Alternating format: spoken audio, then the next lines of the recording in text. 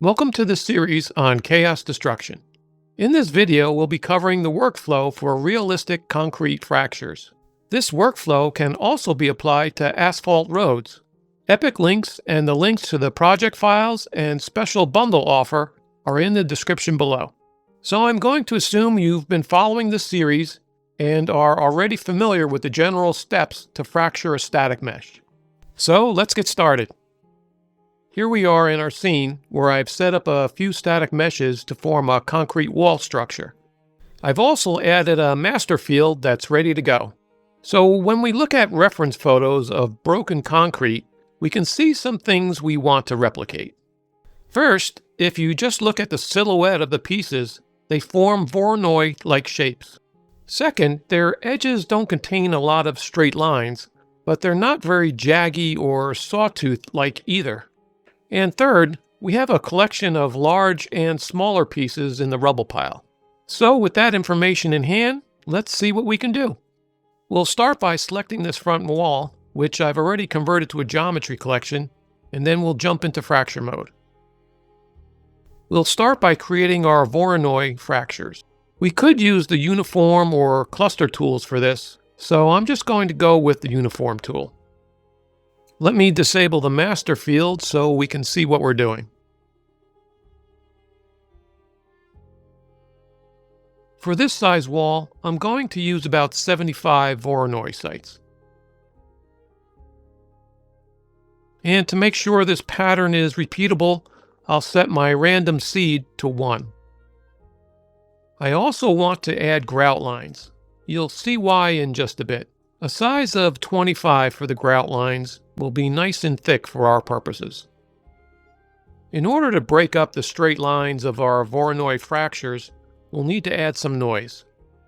So let's set our amplitude to 1, just to give us a subtle jaggy edge. We'll set frequency to 100 to give us a bit of sharpness to our jaggy edge. Next, we'll set point spacing to 3. This will help to bring those jaggy edges closer to each other, so we have more of them per edge. Then we'll click Fracture. Next, let's address the grout lines. Scroll down in the fracture hierarchy, and typically the last bone is the grout lines, so we'll select it. I'm going to use our grout line to generate our smaller fractured pieces that we saw in our reference photos. I like this approach with using the uniform tool and grout because it allows you to better art direct your smaller pieces. You can do grout with the cluster tool also, but without the grout, it still generates pockets of small fractures, which makes art directing your fractures more complicated in my opinion. One word of caution before we start fracturing our grout line. Since we're going to be generating a lot of small fractures, you can run into issues where Unreal Engine can crash on you. So step 1, let's save our project.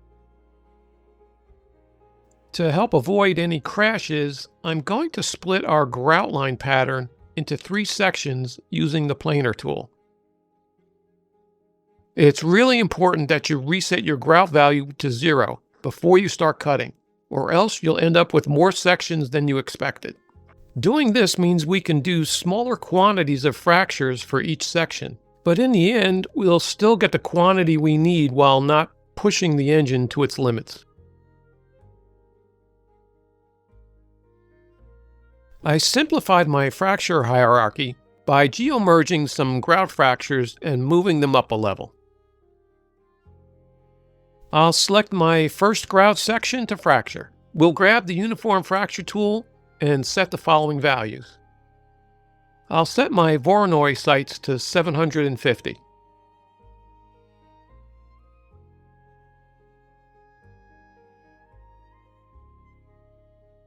We'll reset our grout value to 0. We don't want to add any additional grout lines. Don't skip this step. Our amplitude, frequency, and point spacing should still be at the values we set earlier of 1, 100, and 3 respectively. Then we'll click Fracture. I'll repeat this process for the remaining 2 other grout sections, but I'll change the Voronoi site values slightly so that overall I get more variation in fracture sizes.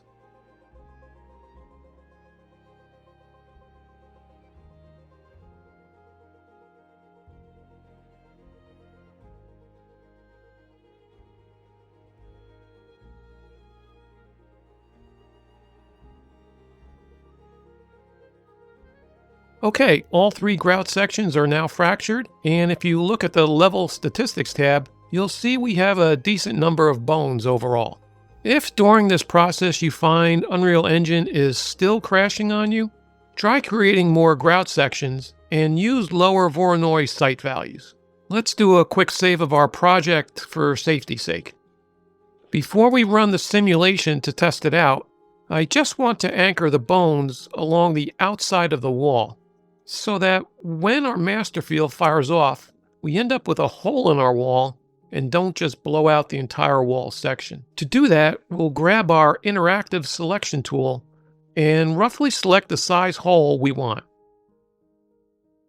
While holding down the control key, I'll clean it up by removing some of the bones I don't want included.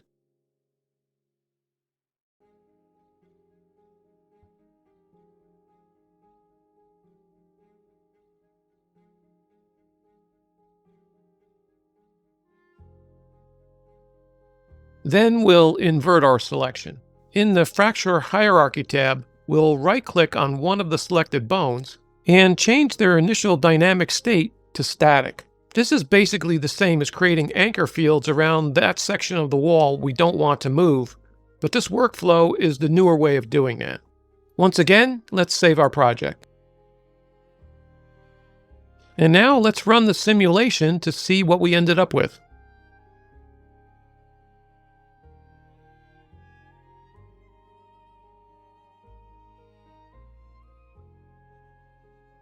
That looks pretty good.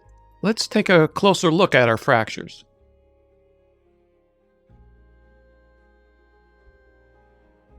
So we have our variation of sizes, and our fractured edges have a bit of a jaggy look to them. Keep in mind that the values we used for this wall may not give you the same look for your project, but at least you know what you need to change in order to get the look you want.